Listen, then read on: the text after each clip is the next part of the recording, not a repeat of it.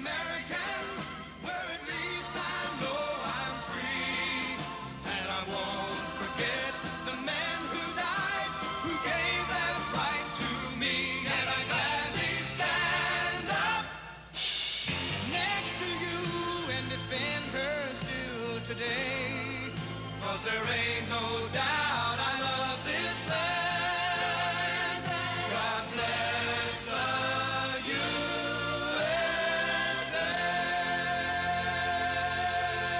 Рейган — это кондовый консерватор. И Reagan was a staunch conservative. в таком положении, когда он So for him, coming from that background, проявил, it was easier to make the move towards us and meet us halfway. легче было это сделать. Someone else might not have been able to do it, and the chance could have been lost. И шанс мог быть упущен.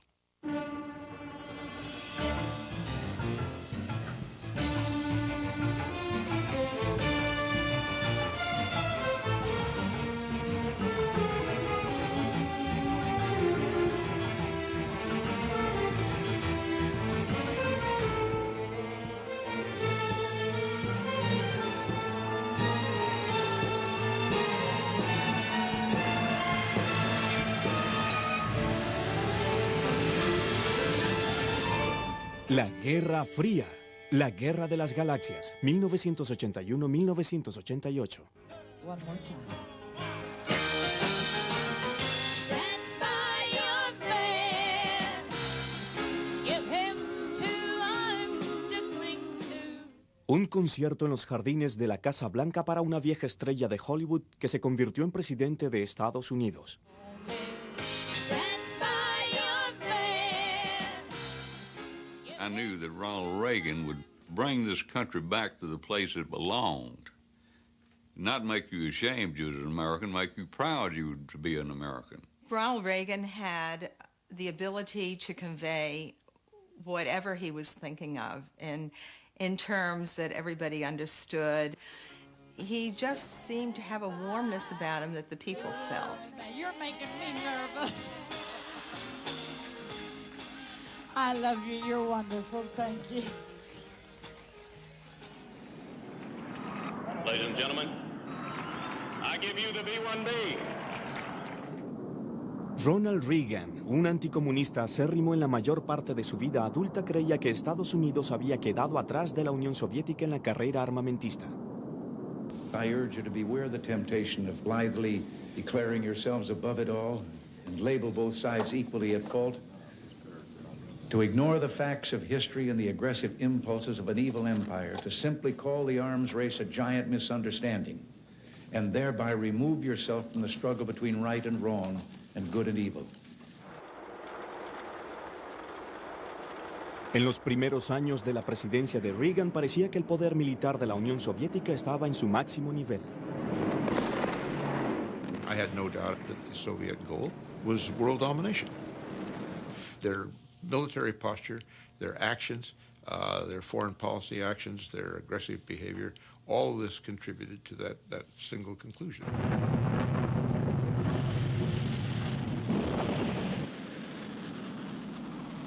La Unión Soviética había llegado primero al espacio, pero acechaba un miedo en los corazones de los máximos comandantes soviéticos, el miedo a la superioridad tecnológica estadounidense.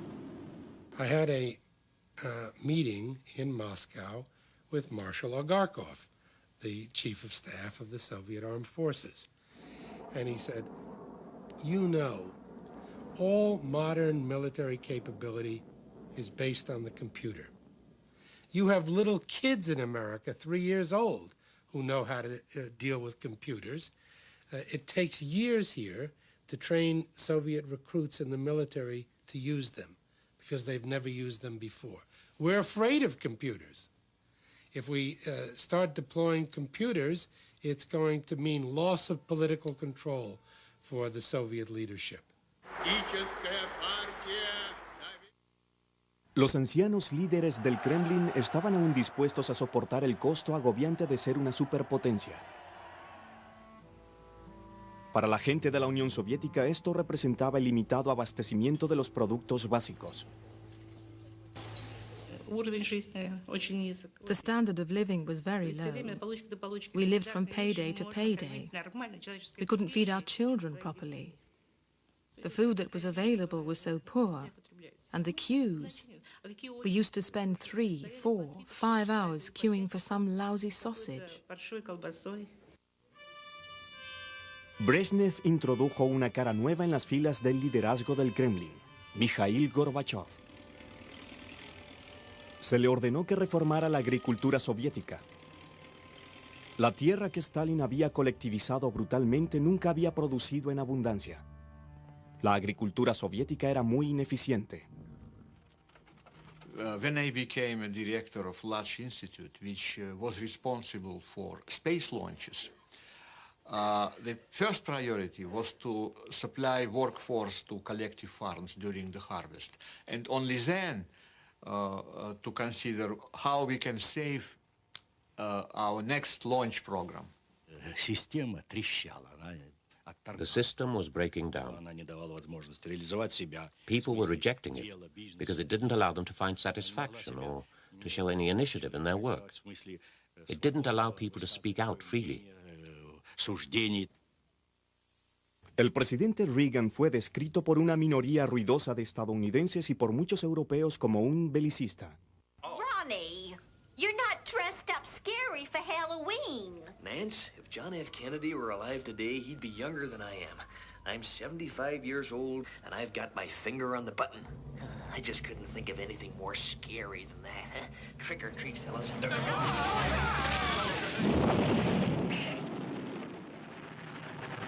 Estados Unidos y la Unión Soviética ya poseían arsenales nucleares suficientes para borrarse uno al otro del mapa. Ambos lados introducían constantemente misiles más potentes y precisos.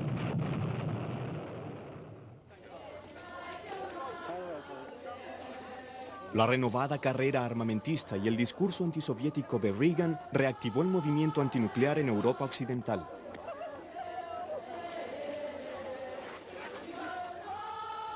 Los manifestantes por la paz no imaginaron que el rechazo que sentían por las armas nucleares también tenía eco en la Casa Blanca.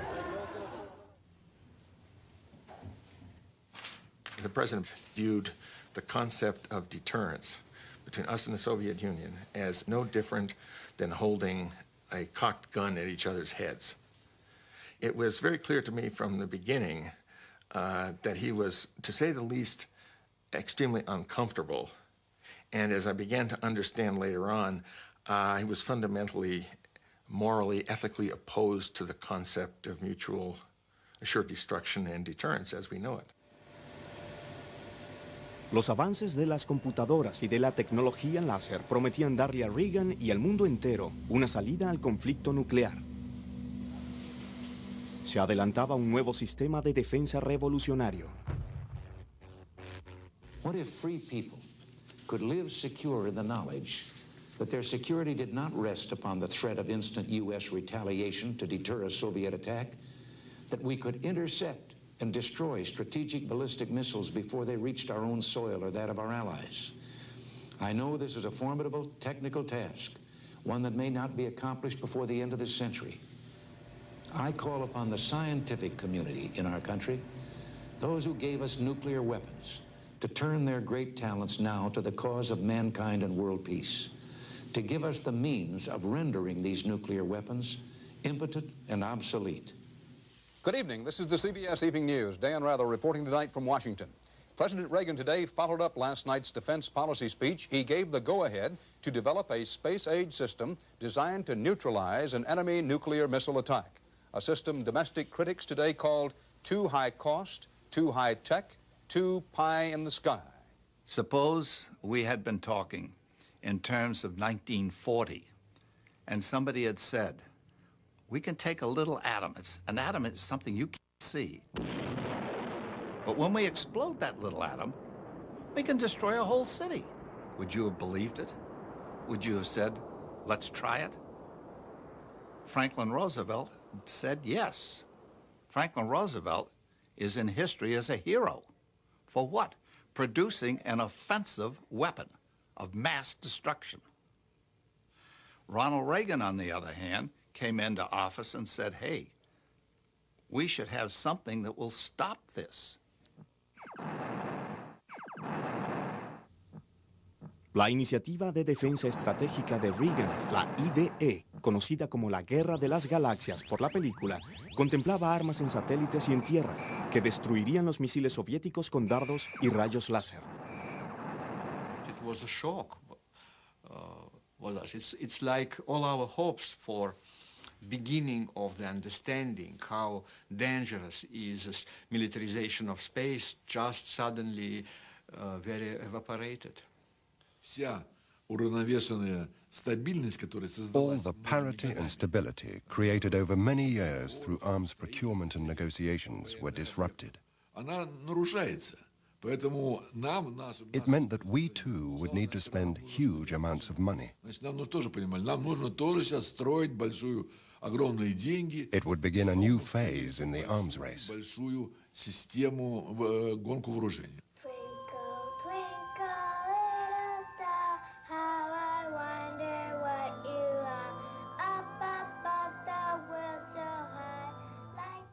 Muchos políticos y científicos estadounidenses hicieron campaña contra lo que consideraron como el costoso disparate de Reagan.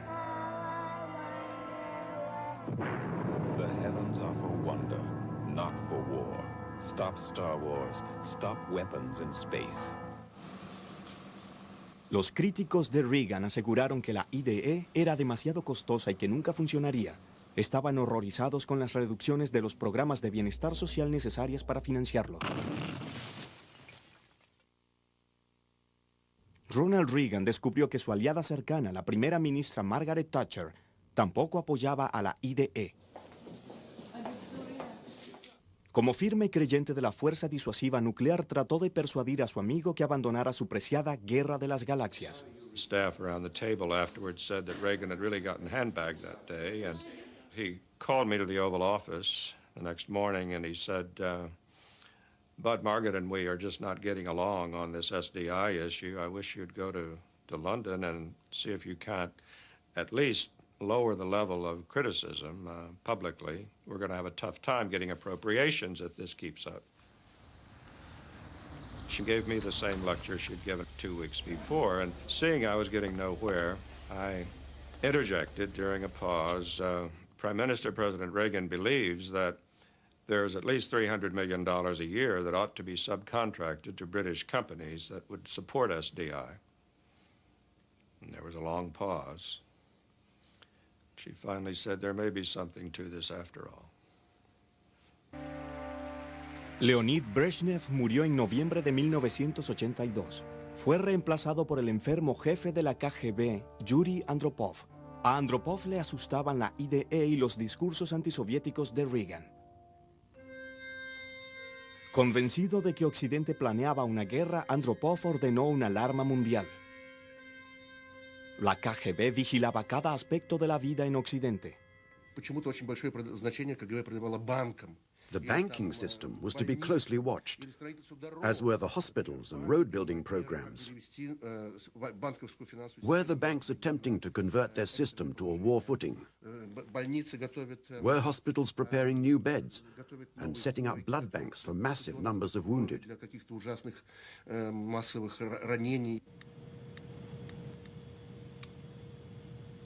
Estados Unidos aumentó el número de aviones espías en las áreas más importantes a lo largo de la frontera de la Unión Soviética.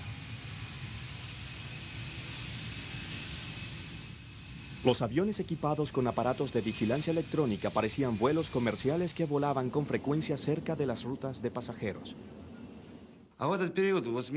In this period, 81, 82, and especially 83, how did it feel on the front line?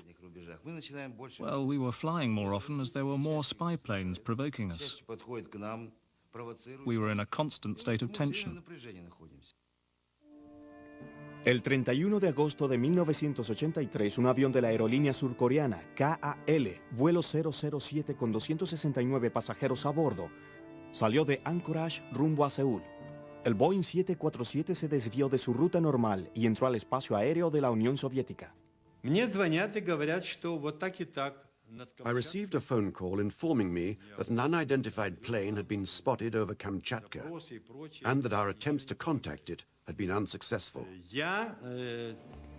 I ensured that all the forces at our disposal were immediately put on alert.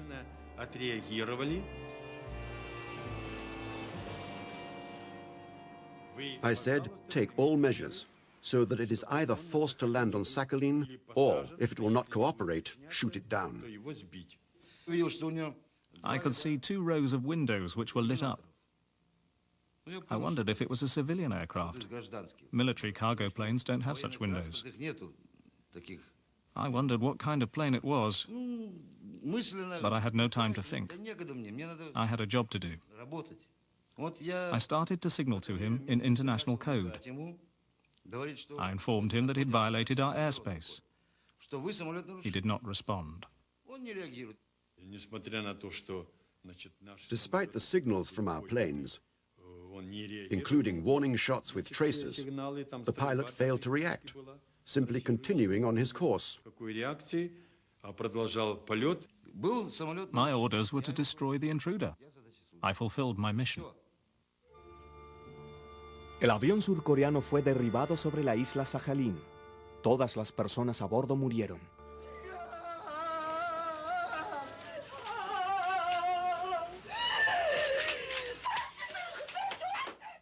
The United States reacts with revulsion to this attack. Loss of life appears to be heavy. We can see no excuse whatsoever for this appalling act. We came to the conclusion that we simply needed to be honest and admit an unfortunate incident has occurred. There was a pilot error, bad weather. One thing led to another. It was not a pre-planned action. No one wanted this. It was a tragic mistake. We went to Kornienko, the deputy foreign minister, who agreed with us. But he was not able to convince the leadership. This was a question of prestige, and the military don't like to admit mistakes.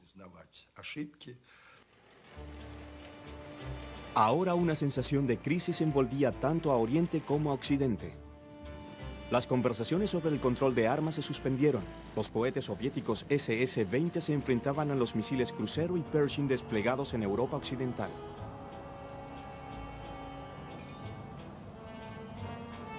Los líderes soviéticos creían que era inminente un ataque nuclear por parte de Occidente. Un agente inglés dentro de la KGB envió advertencias a Londres. When I told the British, they simply couldn't believe that the Soviet leadership was so stupid and narrow-minded as to believe in something so impossible. I said to them, okay, I'll get you the documents. I think only a tiny handful of people knew the full details of how fearful they were, and we knew them, as is now public knowledge, through some extremely well-placed agents who were able to pass on the information that the Russians actually feared that the West was preparing for aggressive nuclear war against the Soviet Union. Surgieron las preocupaciones de los aliados y del país. Reagan trató de tranquilizar a Andropov. Just suppose with me for a moment that an Ivan and an Anya could find themselves, say, in a waiting room or sharing a shelter from the rain or a storm with a Jim and Sally. And there was no language barrier to keep them from getting acquainted. Would they then debate the differences between their respective governments? Or would they find themselves comparing notes about their children and what each other did for a living? Ronald Reagan, animado por su esposa Nancy, consultó a Suzanne Massie, una escritora muy popular en Rusia, para que le ayudara a entender a sus adversarios de la Guerra Fría. President Reagan was, of course, a people person. He loved people, and he had great instinct for people. I had been told by these fellows at the White House that, of course, if I were ever writing anything for the president, it had to be double-spaced 1.5 pages. Well, what can you get from that? President Reagan had never seen a Russian in the first 3 years. He couldn't go there. He was an actor. Actors like to absorb from feeling. I said, Mr. President, if you are re-elected, will this policy of small steps toward better relations be a continuing policy of your administration? And Ronald Reagan had a pretty eagle eye when he wanted to, and he looked down at me and he said very definitely, he said, yes, if they want peace, they can have it. Pero ¿con quién hablaría Reagan de paz en el Kremlin? En marzo de 1984, Yuri Andropov murió. Su sucesor, Konstantin Chernenko, estaba demasiado delicado para iniciar el diálogo. Occidente esperó una pequeña señal de cambio. We needed to try to search out the people who would guide the Soviet Union after Brezhnev, after Andropov. And looking around, there were about 2 or 3 possible people in terms of age and seniority. We dispatched invitations to all 3. It was pure chance that Gorbachev was the one who accepted first. When Gorbachev came to the United Kingdom, he indeed brought his wife, and that was one of the first signs that we were dealing with someone quite different. Soviet leaders very, very rarely traveled with their wives anywhere. I'm cautiously optimistic. I like Mr. Gorbachev. We can do business together. We both believe in our own political systems. He firmly believes in his. I firmly believe in mine. We're never going to change one another. We better hang on from there. Marzo de 1985. Konstantin Chernenko había muerto. En el funeral, los líderes mundiales presentaron sus respetos a Mikhail Gorbachev y midieron al nuevo hombre joven a cargo de la Unión Soviética. George Bush was there as vice president. He was head of our delegation. When we walked out of that meeting, I said to George, I said, this is a very different Soviet leader than any we've seen before. Los rusos también notaron la diferencia. Gorbachev was greeted with great enthusiasm. Everyone cheered in our institute. We were all pleased that such an energetic and educated person had become the new Secretary General of our Communist Party. We expected a miracle. We thought he was the Messiah who had come to introduce change. The state of the Soviet Union and its society could be described very simply with a phrase used by people across the country. We can't go on living like this any longer. That applied to everything. The economy was stagnating, there were shortages, and the quality of goods was very poor. Gorbachev tomó el control de una superpotencia enferma por el colapso social, la corrupción en el Partido Comunista y el alcoholismo.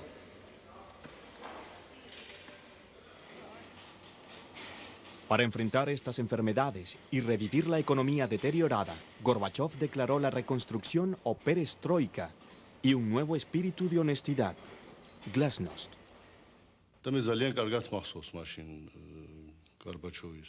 I remember very clearly what Gorbachev said at that time. He said, there are 2 roads we can take. We can either tighten our belts very, very tightly and reduce consumption, which the people will no longer tolerate. Or we can try to diffuse international tension and overcome the disagreement between East and West, and so free up the gigantic sums that are spent on armaments in the Soviet Union.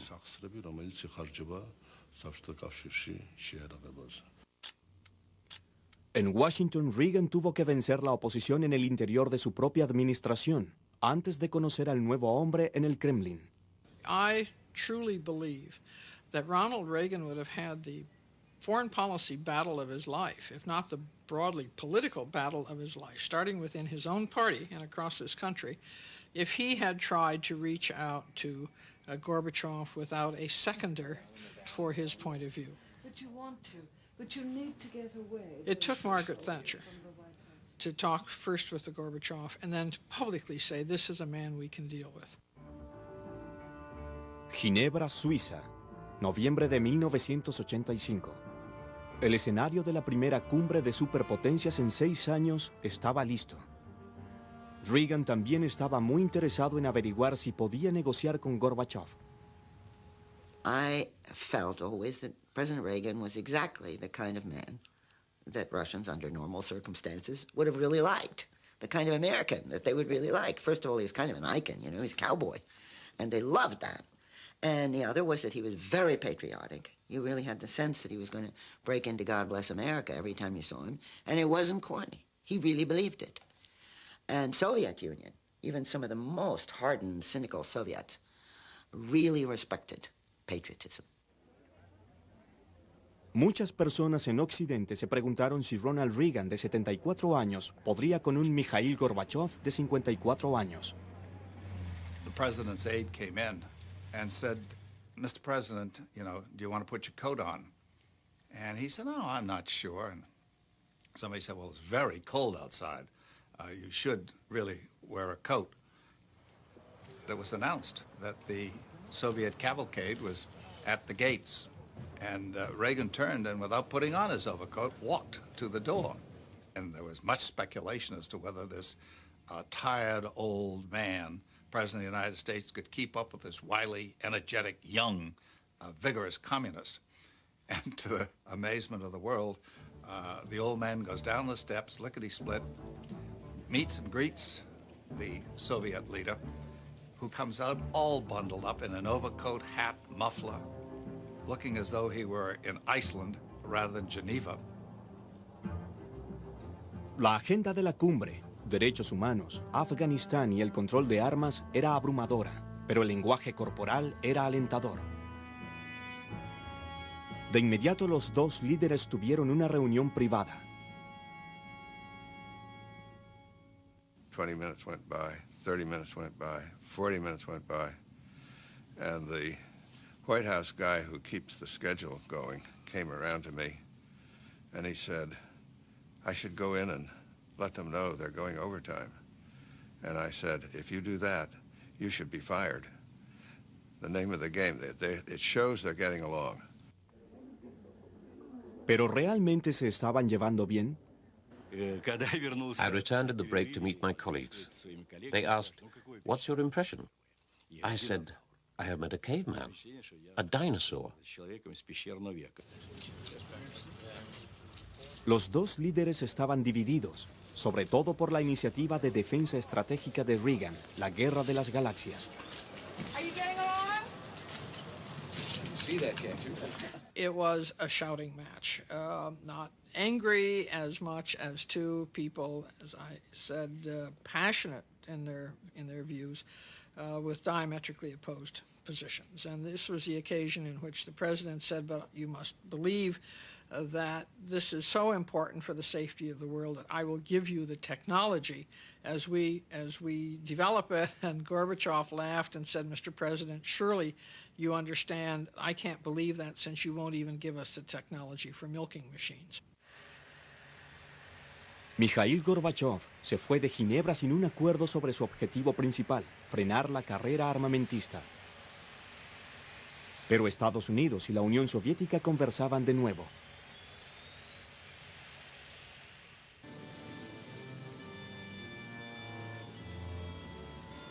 Un año en la era de Gorbachev y la Guerra Fría continuaba.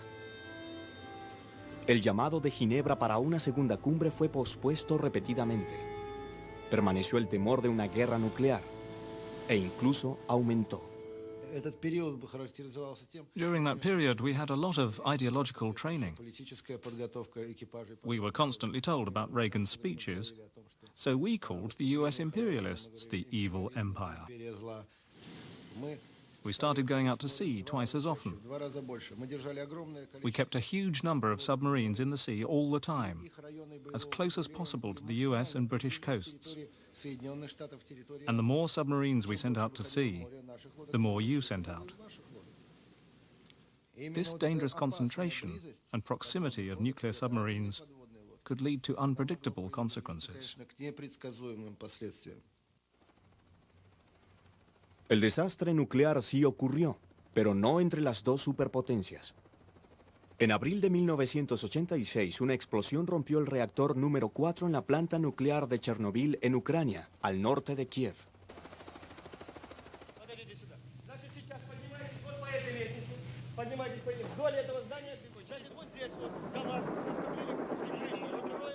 El desastre resaltó la incompetencia del sistema soviético, cuando varios voluntarios iniciaron la tarea mortal de limpiar el extenso derrame radioactivo.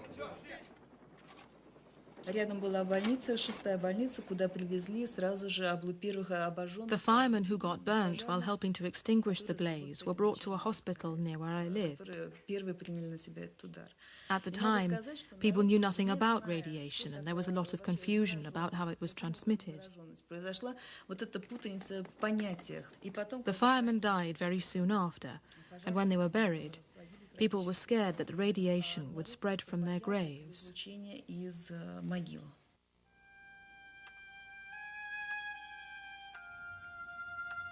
Chernobyl, sus alrededores y grandes áreas de Ucrania y Bielorrusia estaban altamente contaminadas y despobladas.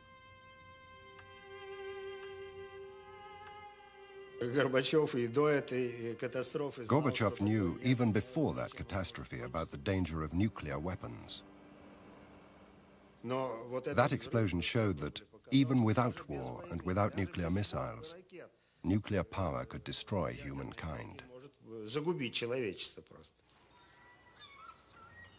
Reykjavik, Islandia, la segunda cumbre de Reagan y Gorbachev. Esta vez Gorbachev decidió revisar de nuevo la primera propuesta de Reagan para el control de armas, conocida como la opción cero. Reagan había ofrecido no desplegar los misiles Crucero y Pershing en Europa si los soviéticos retiraban sus cohetes SS-20. Brezhnev había rechazado la propuesta de Reagan. Los nuevos misiles estadounidenses fueron colocados en Europa. Ahora Gorbachev quería hacer un trato.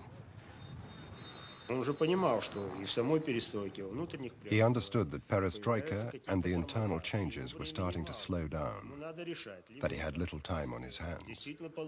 He had to decide. Either he could free up resources from the arms race, or he'd be forced to look for them elsewhere. I was with him when he decided to confront Reagan with the question, did he or didn't he want an agreement? Did he or didn't he want disarmament? Ronald Reagan sí quería el desarme, pero renunciaría a su iniciativa de defensa estratégica IDE. I said, okay, let's not even leave 100 missiles. Let's abolish them completely and go for the zero option. This came as a shock. Everyone was surprised. Reagan hit the table and said, well, why didn't you say so in the first place? That's exactly what I want to do. And if you want to do away with all weapons, I'll agree to do away with all weapons. All weapons, of course we'll do away with all weapons. Good. That's great. Now we have an agreement, yes. But you must confine SDI to the laboratory. No, I won't, said Reagan. No way. SDI continues. I told you that. I am never going to give up SDI. I think that my principal position was and remains the same. The nuclear arms race should never be taken into space. It was difficult enough to limit the nuclear arms race on Earth. Gorbachev pressed and pressed, and at one moment, President Reagan, who was very clear in his mind about this, wrote a little note and pushed it over at me. It said, George, am I right? I read this note. I said, absolutely, and passed it back. La oportunidad de lograr el acuerdo más importante desde el comienzo de la Guerra Fría, la eliminación de todas las armas nucleares de Estados Unidos y la Unión Soviética, excepto 100 armas cada país, se perdió.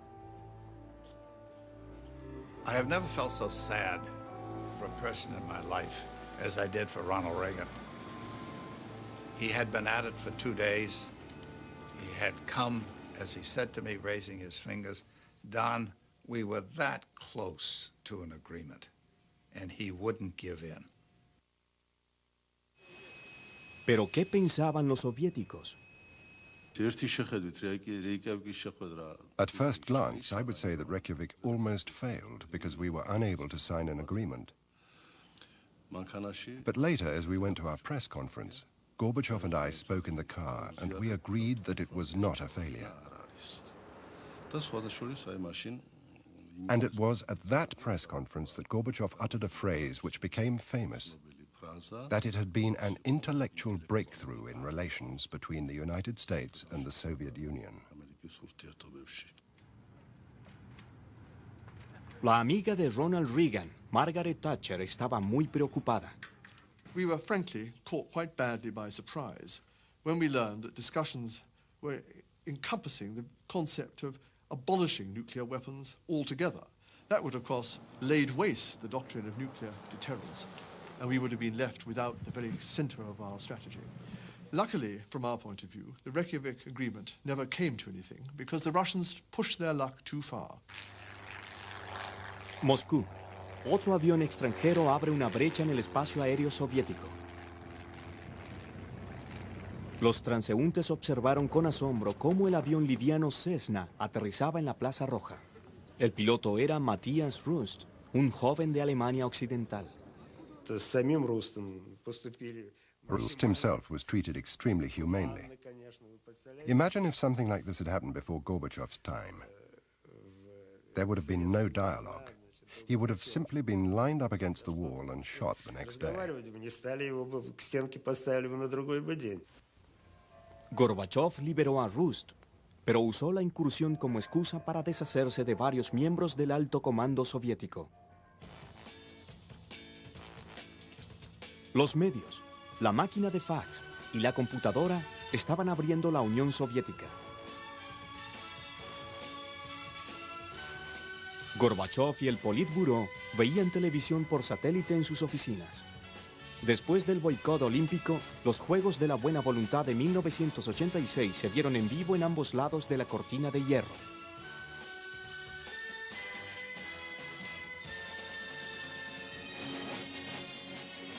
La televisión soviética estaba cambiando. Se arriesgó a transmitir en vivo un debate con Margaret Thatcher. So don't you think that the concept of nuclear deterrence, in fact, invites the side that believes in it to use the nuclear weapons in the end, just to prove this threat from time to time? Isn't a policy of conventional weapons, with the terrible bombs raining down, with the missiles, with the aircraft, with the submarines, with the torpedoes, with the tanks, with chemical weapons, isn't that based on the possibility of threat? I felt very embarrassed for our journalists. It was so painful to watch. At first, I was a little hurt. Then I was roaring with laughter. It was on this occasion that she made so many fans. And we're saying to anyone who dares to attack us, do not do it. You couldn't win. The result will be devastating. I think you're saying the same. I have to say that Margaret Thatcher was one of the politicians with whom it was very important to maintain a dialogue, because she was a very strong personality and a strong politician. And in spite of us constantly arguing with her at every meeting we had, we respected each other's position.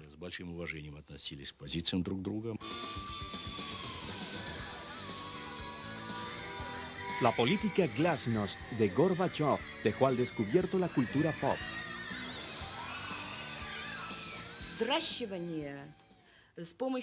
A new breed of young people was created by our intellectuals, a breed that rejected all our Soviet past. This was moral degradation. Our youth was being turned into human robots. El pueblo soviético se sometió a un cambio brusco.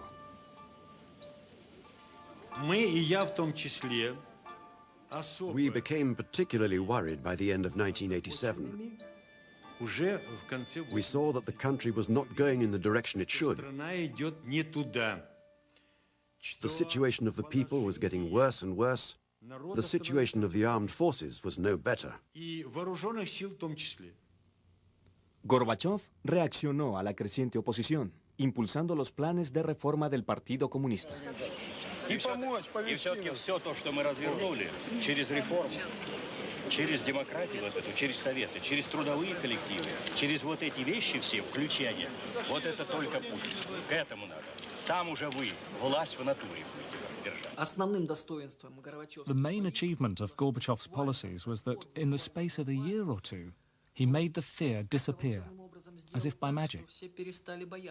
People had lost their fear of speaking and acting freely.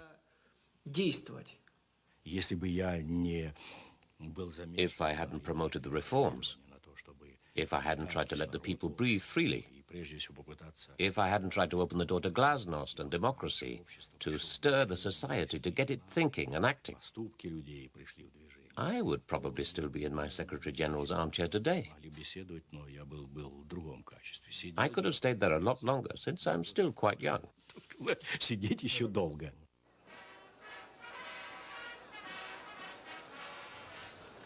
Washington, D.C.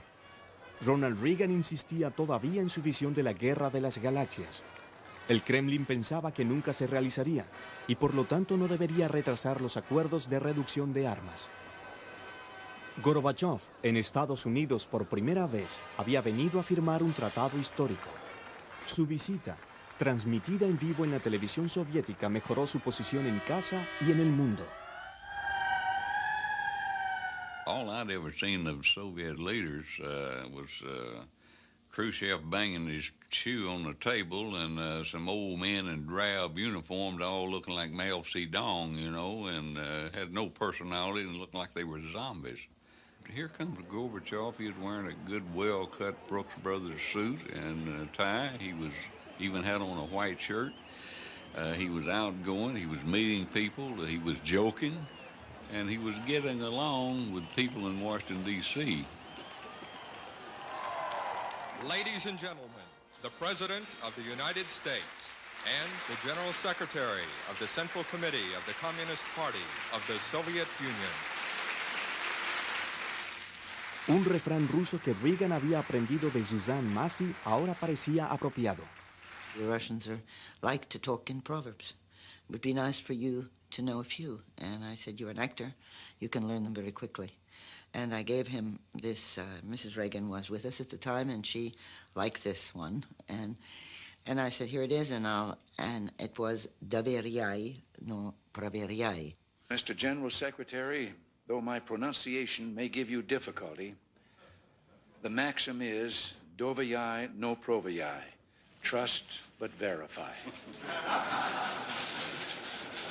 Назначение этого... На каждой встрече вы это повторяете.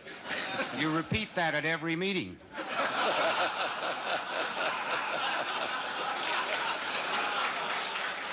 I know of no one else of a leadership stature in the United States in those days who would have moved forward as Reagan did to engage Gorbachev, to engage the Western Alliance, to truly lead the Western Alliance, and to take us through what became, of course, a very constructive, introductory period to the end of the Cold War. Можем даже обменяться. I think we should change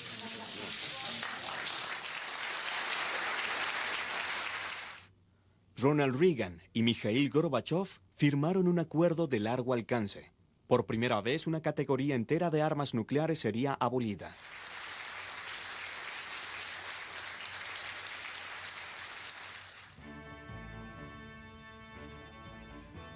Frente a las cámaras del mundo, Estados Unidos destruyó sus misiles crucero y Pershing.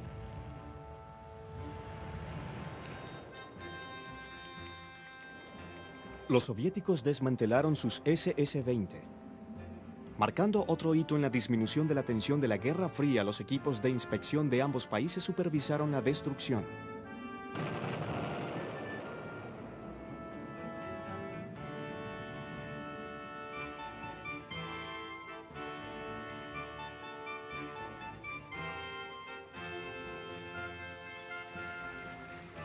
En su último año como presidente, Ronald Reagan realizó su primera visita al Kremlin.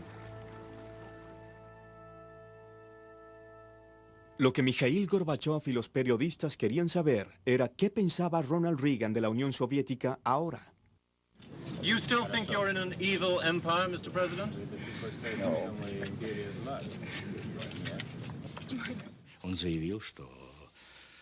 He said he wanted to take back his reference to the Soviet Union as the evil empire. He found a good place to announce it, right in the middle of the Kremlin. But nevertheless, he said that he was doing it not because he was wrong when he initially said it, but because by 1988, the Soviet Union had come a long way under the leadership of Mikhail Gorbachev. It had become a different country. Why we find ourselves standing like this? Juntos, los dos líderes aprovecharon la oportunidad.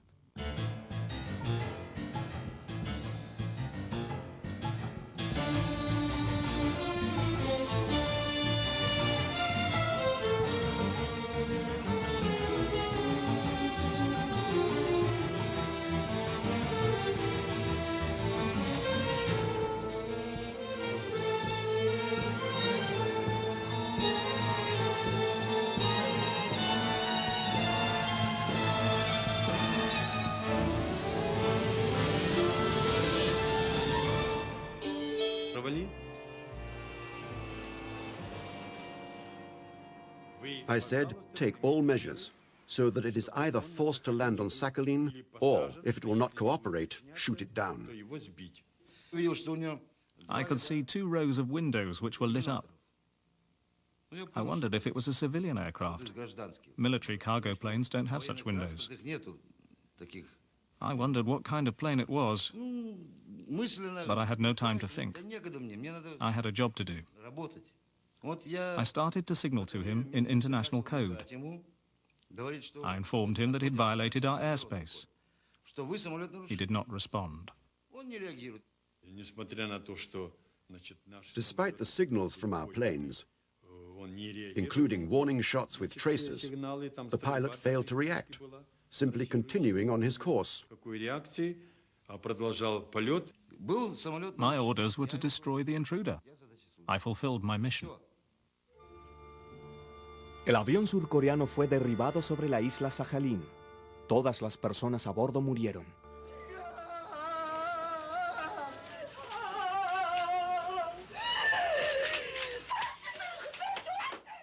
The United States reacts with revulsion to this attack. Loss of life appears to be heavy. We can see no excuse whatsoever for this appalling act. We came to the conclusion that we simply needed to be honest and admit an unfortunate incident has occurred. There was a pilot error, bad weather. One thing led to another. It was not a pre-planned action. No one wanted this. It was a tragic mistake. We went to Kornienko, the deputy foreign minister, who agreed with us. But he was not able to convince the leadership. This was a question of prestige, and the military don't like to admit mistakes. Ahora una sensación de crisis envolvía tanto a Oriente como a Occidente. Las conversaciones sobre el control de armas se suspendieron. Los cohetes soviéticos SS-20 se enfrentaban a los misiles Crucero y Pershing desplegados en Europa Occidental.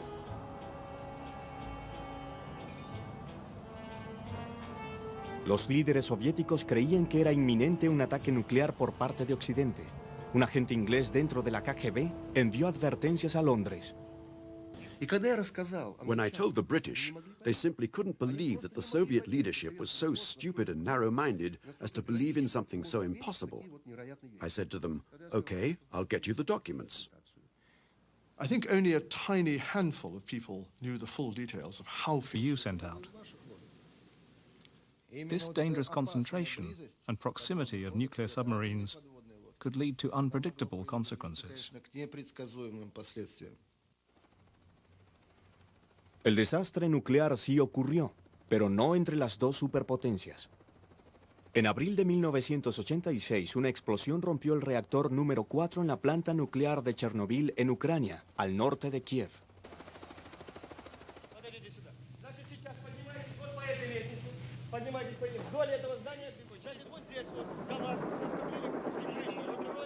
El desastre resaltó la incompetencia del sistema soviético, cuando varios voluntarios iniciaron la tarea mortal de limpiar el extenso derrame radioactivo.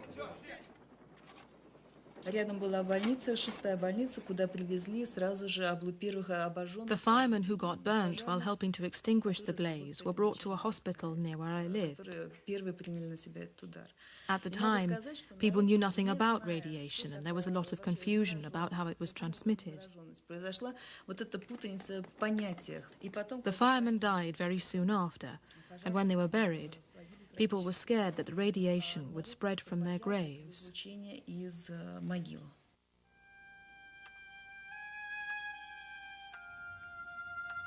Chernobyl, sus alrededores y grandes áreas de Ucrania y Bielorrusia estaban altamente contaminadas y despobladas.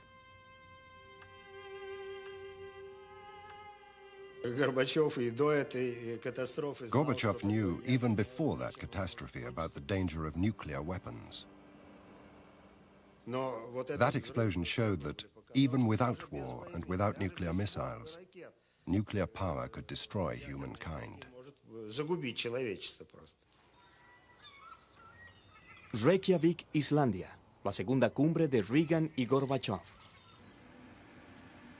Esta vez Gorbachev decidió revisar de nuevo la primera propuesta de Reagan para el control de armas, conocida como la opción cero.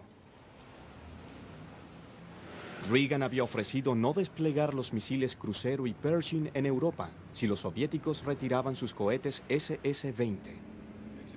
Brezhnev había rechazado la propuesta de Reagan. Los nuevos misiles estadounidenses fueron colocados en Europa.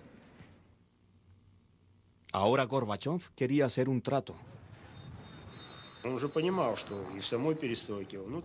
understood that perestroika and the internal changes were starting to slow down, that he had little time on his hands. He had to decide. Either he could free up resources from the arms race, or he'd be forced to look for them elsewhere. I was with him when he decided to confront Reagan with the question, did he or didn't he want an agreement in an intellectual breakthrough in relations between the United States and the Soviet Union?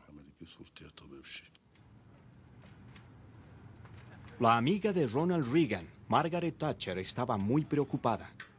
We were frankly caught quite badly by surprise when we learned that discussions were encompassing the concept of abolishing nuclear weapons altogether.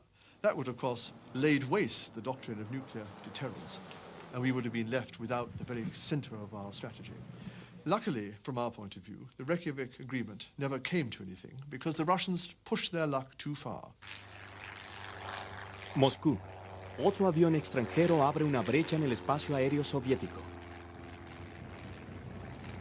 Los transeúntes observaron con asombro cómo el avión liviano Cessna aterrizaba en la Plaza Roja.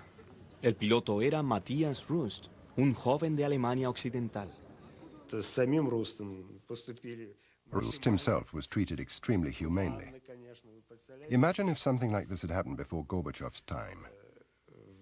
There would have been no dialogue. He would have simply been lined up against the wall and shot the next day. Gorbachev liberó a Rust, pero usó la incursión como excusa para deshacerse de varios miembros del alto comando soviético. Los medios, la máquina de fax y la computadora estaban abriendo la Unión Soviética. Gorbachev y el Politburó veían televisión por satélite en sus oficinas.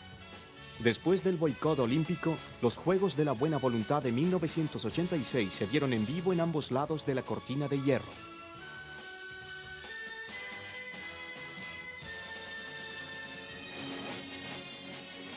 La televisión soviética estaba cambiando. Se arriesgó a transmitir en vivo un debate con Margaret Thatcher. So don't you think that the concept of nuclear deterrence, in fact, invites the side that believes in it to use the nuclear weapons in the end, just to prove this threat from time to time? Isn't a policy of conventional weapons, with the terrible bombs raining down, with the missiles, with the aircraft, with the submarines, with the torpedoes, with the tanks, with chemical weapons. Isn't that based on the possibility of threat? I felt very embarrassed for our journalists. It was so painful to watch. At first, I was a little hurt. Then I was roaring with laughter. It was on this occasion that she made so many fans. And we're saying to anyone who dares... Llegado primero al espacio, pero acechaba un miedo en los corazones de los máximos comandantes soviéticos, el miedo a la superioridad tecnológica estadounidense. I had a meeting in Moscow with Marshal Agarkov, the chief of staff of the Soviet Armed Forces. And he said, you know, all modern military capability is based on the computer. You have little kids in America, 3 years old, who know how to deal with computers. It takes years here to train Soviet recruits in the military to use them because they've never used them before.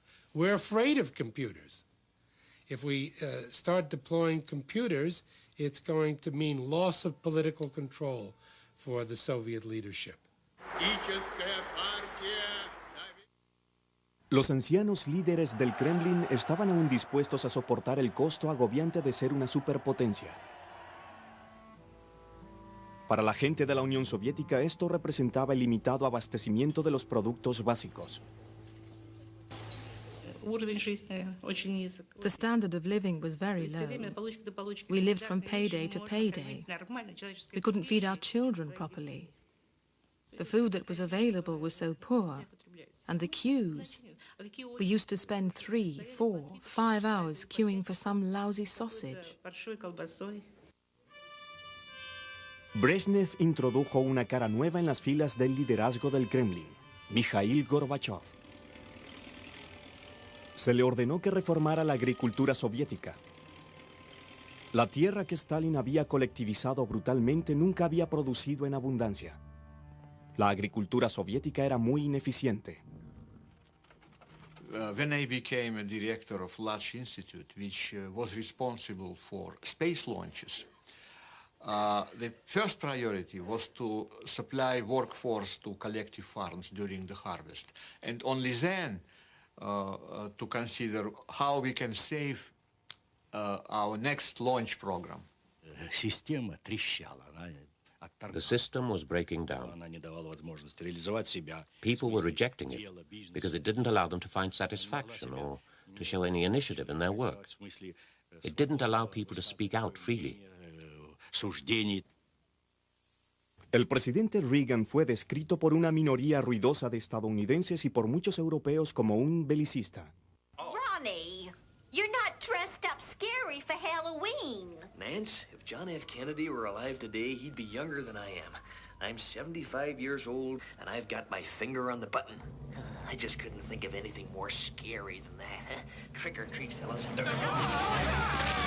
If I hadn't promoted the reforms, if I hadn't tried to let the people breathe freely, if I hadn't tried to open the door to glasnost and democracy, to stir the society, to get it thinking and acting, I would probably still be in my Secretary General's armchair today. I could have stayed there a lot longer, since I'm still quite young.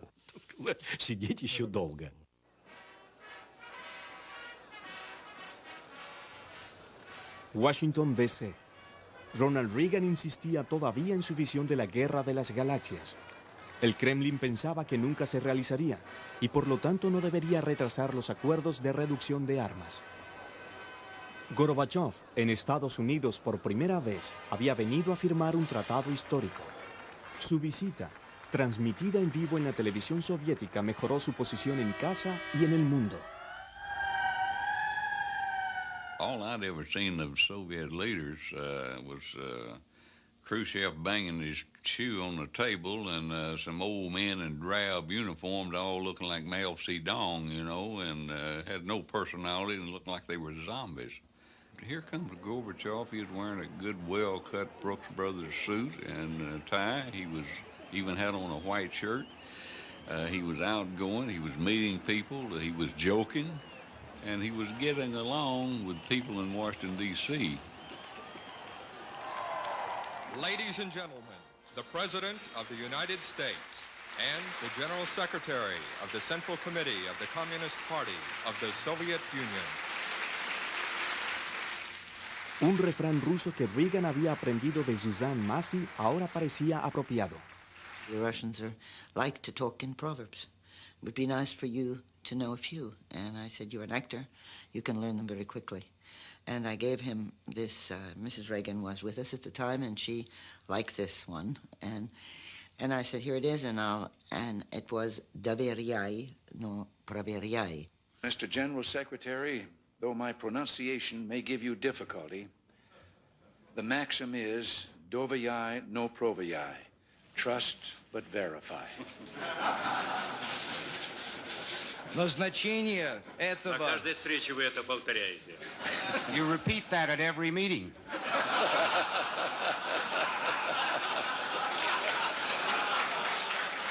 I know of no one else of a leadership stature in the United States in those days who would have moved forward as Reagan did to engage Gorbachev, to engage the Western Alliance, to truly lead the Western Alliance, and to take us through what became, of course, a very constructive...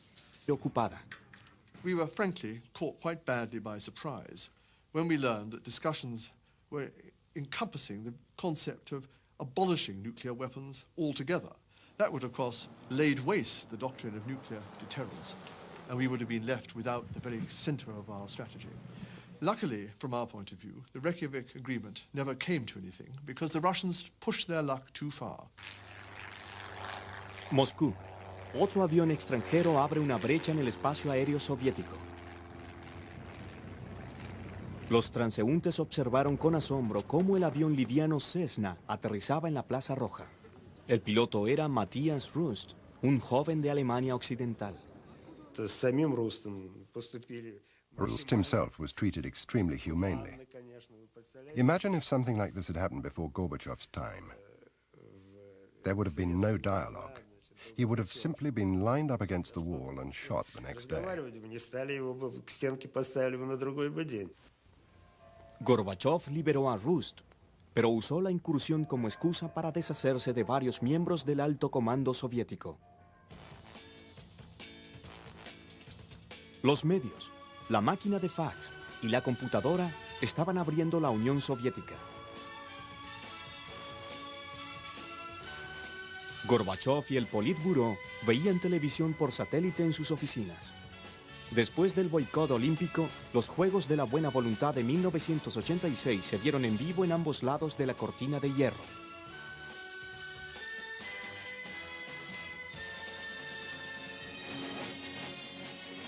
La televisión soviética estaba cambiando. Se arriesgó a transmitir en vivo un debate con Margaret Thatcher. So don't you think that the concept of nuclear deterrence, in fact, invites the side that believes in it to use the nuclear weapons in the end, just to prove this threat from time to time? Isn't a policy of conventional weapons, with the terrible bombs raining down, with the missiles, with the aircraft, with the submarines, with the torpedoes, with the tanks, with chemical weapons, isn't that based on the possibility of threat? I felt very embarrassed for our journalists. It was so painful to watch. At first, I was a little hurt. Then I was roaring with laughter. It was on this occasion that she made so many fans. And we're saying to anyone who dares to attack us, do not do it. You couldn't win. The result will be devastating. I think you're saying the same. I have to say that Margaret Thatcher was one of the politicians... May not be accomplished before the end of this century. I call upon the scientific community in our country, those who gave us nuclear weapons, to turn their great talents now to the cause of mankind and world peace, to give us the means of rendering these nuclear weapons impotent and obsolete. Good evening. This is the CBS Evening News. Dan Rather reporting tonight from Washington. President Reagan today followed up last night's defense policy speech. He gave the go-ahead to develop a space-age system designed to neutralize an enemy nuclear missile attack, a system domestic critics today called too high cost, too high tech, too pie in the sky. Suppose we had been talking in terms of 1940, and somebody had said, we can take a little atom. An atom is something you can't see. But when we explode that little atom, we can destroy a whole city. Would you have believed it? Would you have said, let's try it? Franklin Roosevelt said yes. Franklin Roosevelt is in history as a hero. For what? Producing an offensive weapon of mass destruction. Ronald Reagan, on the other hand, came into office and said, hey, we should have something that will stop this. La Iniciativa de Defensa Estratégica de Reagan, la IDE, conocida como la Guerra de las Galaxias por la película, contemplaba armas en satélites y en tierra que destruirían los misiles soviéticos con dardos y rayos láser. It was a shock. It's like all our hopes for beginning of the understanding how dangerous is this militarization of space just suddenly very evaporated. All the parity and stability created over many years through arms procurement and negotiations were disrupted. It meant that we too would need to spend huge amounts of money. It would begin a new phase in the arms race.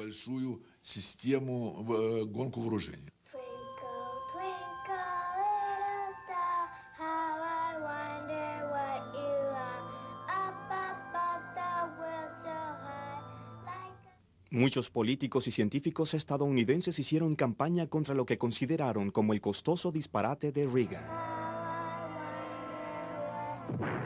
The heavens are for wonder, not for war. Stop Star Wars. Stop weapons in space. Los críticos de Reagan aseguraron que la IDE era demasiado costosa y que nunca funcionaría. Estaban horrorizados. At press conference that Gorbachev uttered a phrase which became famous, that it had been an intellectual breakthrough in relations between the United States and the Soviet Union. La amiga de Ronald Reagan, Margaret Thatcher, estaba muy preocupada. We were frankly caught quite badly by surprise when we learned that discussions were encompassing the concept of abolishing nuclear weapons altogether. That would, of course, laid waste the doctrine of nuclear deterrence, and we would have been left without the very center of our strategy. Luckily, from our point of view, the Reykjavik Agreement never came to anything because the Russians pushed their luck too far. Moscú. Otro avión extranjero abre una brecha en el espacio aéreo soviético. Los transeúntes observaron con asombro cómo el avión liviano Cessna aterrizaba en la Plaza Roja. El piloto era Matthias Rust, un joven de Alemania Occidental. Rust himself was treated extremely humanely. Imagine if something like this had happened before Gorbachev's time. There would have been no dialogue. He would have simply been lined up against the wall and shot the next day. Gorbachev liberó a Rust, pero usó la incursión como excusa para deshacerse de varios miembros del alto comando soviético. Los medios, la máquina de fax y la computadora estaban abriendo la Unión Soviética. Gorbachev y el Politburó veían televisión por satélite en sus oficinas. Después del boicot olímpico, los Juegos de la Buena Voluntad de 1986 se vieron en vivo en ambos lados de la cortina de hierro.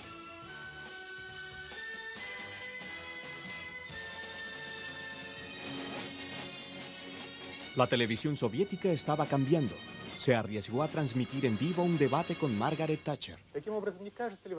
So don't you think that the concept of nuclear deterrence, in fact, invites the side that believes in it to use the nuclear weapons in the end, just to prove this threat from time to time?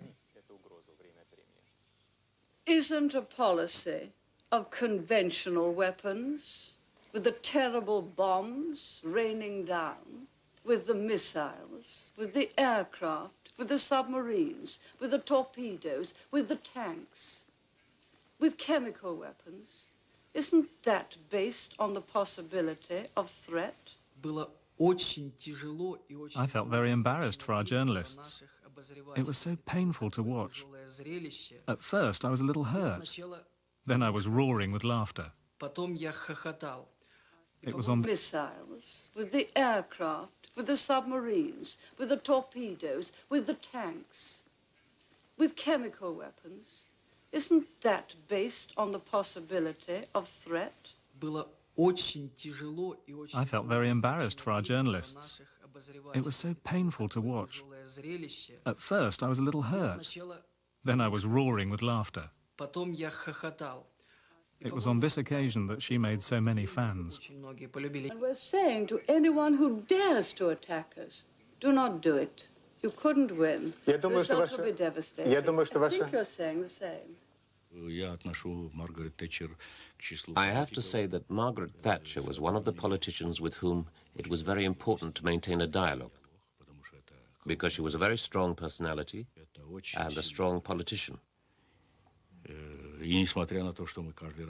And in spite of us constantly arguing with her at every meeting we had, we respected each other's position.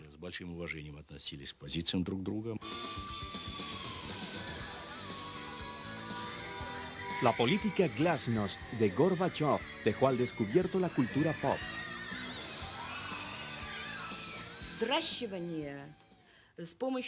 A new breed of young people was created by our intellectuals, a breed that rejected all our Soviet past.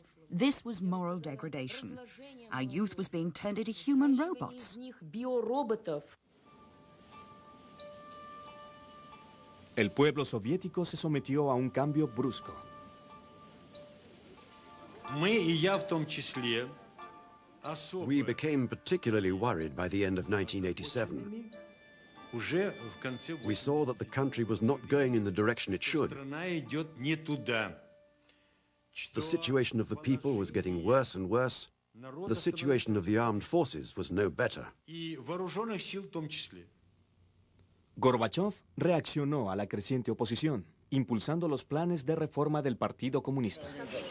И все-таки все то, что мы развернули через реформу, через демократию вот эту, через советы, через трудовые коллективы, через вот эти вещи все, включения, вот это только путь. К этому надо. Там уже вы, власть в натуре, будете держать.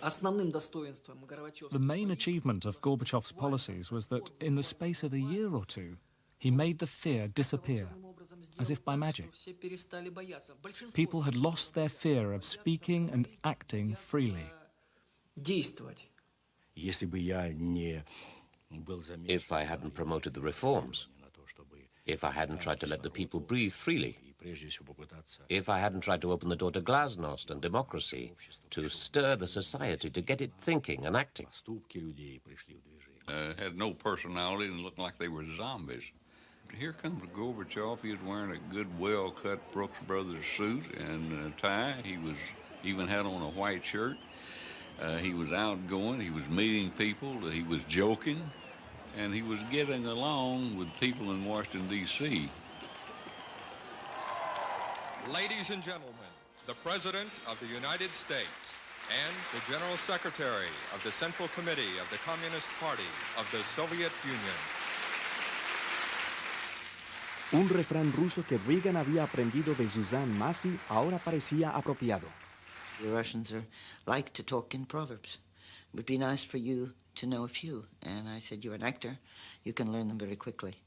And I gave him this. Mrs. Reagan was with us at the time, and she liked this one. And I said, here it is, and it was doveryai, no proveryai.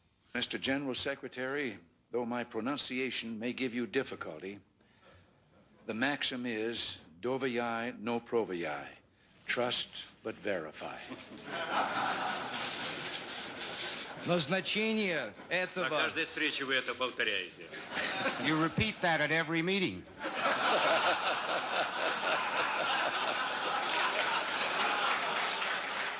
I know of no one else of a leadership stature in the United States in those days who would have moved forward as Reagan did to engage Gorbachev, to engage the Western Alliance, to truly lead the Western Alliance, and to take us through what became, of course, a very constructive introductory period to the end of the Cold War. Можем даже обменяться. I think we should change.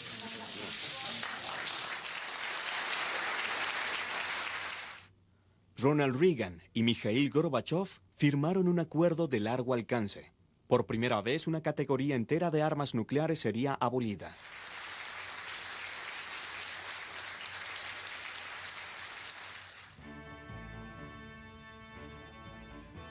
Frente a las cámaras del mundo, Estados Unidos destruyó sus misiles crucero y Pershing.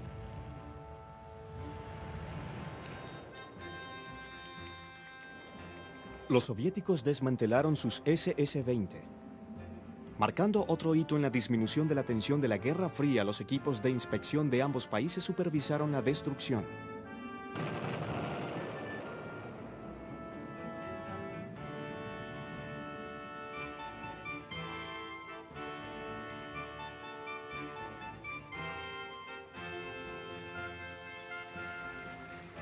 En su último año como The situation of the armed forces was no better. И вооруженных сил в том числе. Gorbachev reaccionó a la creciente oposición, impulsando los planes de reforma del Partido Comunista. И все-таки все то, что мы развернули через реформу, через демократию вот эту, через советы, через трудовые коллективы, через вот эти вещи все, включения, вот это только путь. К этому надо. Там уже вы, власть в натуре. The main achievement of Gorbachev's policies was that in the space of a year or two, he made the fear disappear, as if by magic. People had lost their fear of speaking and acting freely.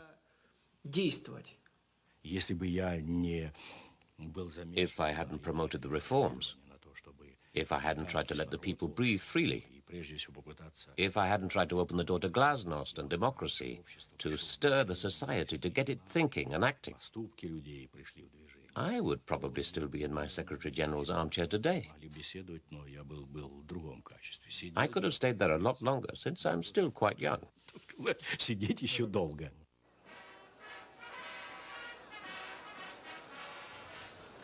Washington, D.C.